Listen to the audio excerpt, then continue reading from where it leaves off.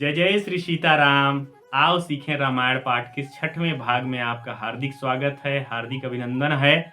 अगर आप वास्तव में रामायण को सीखना चाहते हैं तो आपके पास में रामायण का होना बहुत जरूरी है। मैं आपको बताना चाहूंगा कि रामायण और रामचरितमानस दो अलग अलग ग्रंथों के नाम हैं। रामायण की रचना संस्कृत भाषा में हुई है और रामचरितमानस की रचना अवधी भाषा में हुई है। रामायण की रचना करने वाले श्री वाल्मीकि जी महाराज हैं और रामचरितमानस की रचना करने वाले श्री तुलसीदास जी महाराज हैं। कई लोगों का प्रश्न होता है कि हमें रामायण पाठ किस तरह से करना चाहिए, इसके करने का क्या नियम होता है।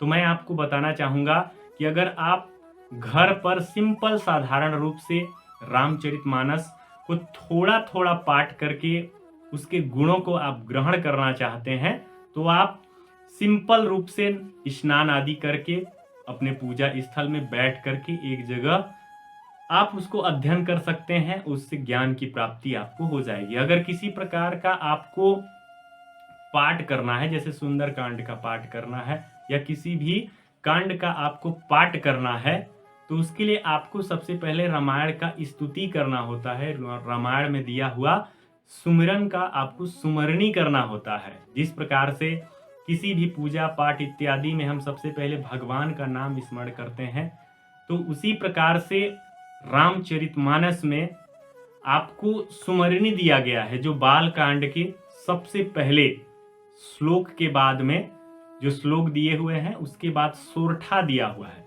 वो भी 5 सोरठा हैं। उन्हीं 5 सोरठाओं के माध्यम से भगवान की स्तुति दिया गया है।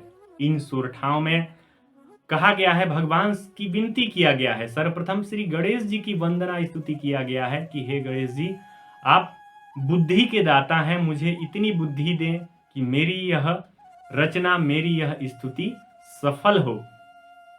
भगवान शंकर, माता पार्वती, प्रभु श्री राम जी, अपने गुरुदेव, साथ ही श्री हरि विष्णु जी का इसमें स्तुति किया गया है कि हे प्रभु, आप सभी मिलकर, हे गुरुदेव, आप सभी मिलकर मुझ पर कृपा करें और मेरे मनोरथ को सिद्ध करें, सफल करें। तो इस तरह से इन सुमरनी का पाठ किया जाता है। सबसे पहले सर्वप्रथम इसी सुमरनी का पाठ किया जाता है।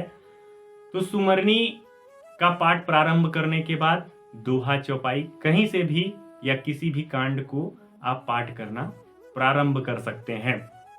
जैसे जैसे आगे हम चलते चले जाएंगे, अगला भाग जैसे जैसे हमारा आते जाएगा, तो आपको आगे चल के, जैसे अभी मैंने कह रहा हूं कि हम सोरठा से प्रारंभ करेंगे, तो रामचरितमानस के अंदर में आपको सोरठा, दोहा, छंद, चौपाई ये सारे सुनने और देखने और समझने को मिलेंगे। और इसको सभी को अलग अलग तरीका से, अलग अलग विधि से पढ़ा जाता है। उस विधि को भी मैं आपको बताते चलूंगा। तो आज हम जिस सोरठा को पाठ करने जा रहे हैं वो एक सीरियल क्रमांक से ही चलेगा। जिस प्रकार से कोई गाना होता है, कोई गीत होता है, कोई भजन होता है, उसी प्रकार से इसको भी गाना है। हाँ, इसको किसी गाना के साथ में स्वरबद्ध, यानी उस गाने के हिसाब, उस गाने के साथ ही हमको इस सोरठा को भी गाना होता है, यानी उस स्वर में बांध करके इसको भी गाना होता है। तो श्री राम भक्त हनुमान जी का जो हनुमान चालीसा होता है, उसी स्वर में आज मैं आपको इस सोरठा की सुमरनी करके मैं आज प्रारंभ करूंगा। आप अच्छे से देखिएगा, बार बार देखिएगा और समझ करके आप उसको गा सकते हैं और नित्य आप अपने पाठ में शामिल कर सकते हैं। तो आइए चलते हैं, आज के सोरठा से हमारी सुमरनी होती है। प्रेम से बोलिए लखन सिया रामचंद्र की जय हो। आइए हम हनुमान चालीसा के स्वर में इन सोरठाओं को गाते हैं। हनुमान चालीसा का स्वर है, जय हनुमान ज्ञान गुण सागर, जय कपीस तिहुँ लोक उजागर, रामदूत अतुलित बल धामा, अंजनी पुत्र पवन सुत नामा। सोरठा को भी इसी प्रकार से गाना है।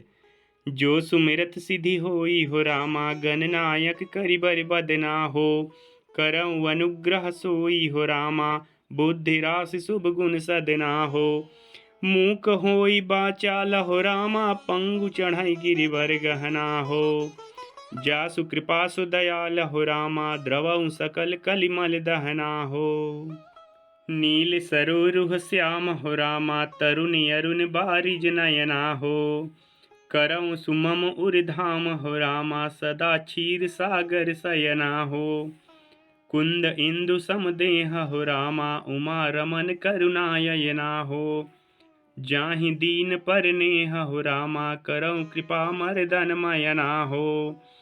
बंदं गुरुपद कंज हो रामा, कृपा सिंधु नर रूप हरि हो। महामोह तम पुंज हो रामा, जासु वचन रवि कर निकरा हो। प्रेम से बोलिए लखन सिया रामचंद्र की जय हो।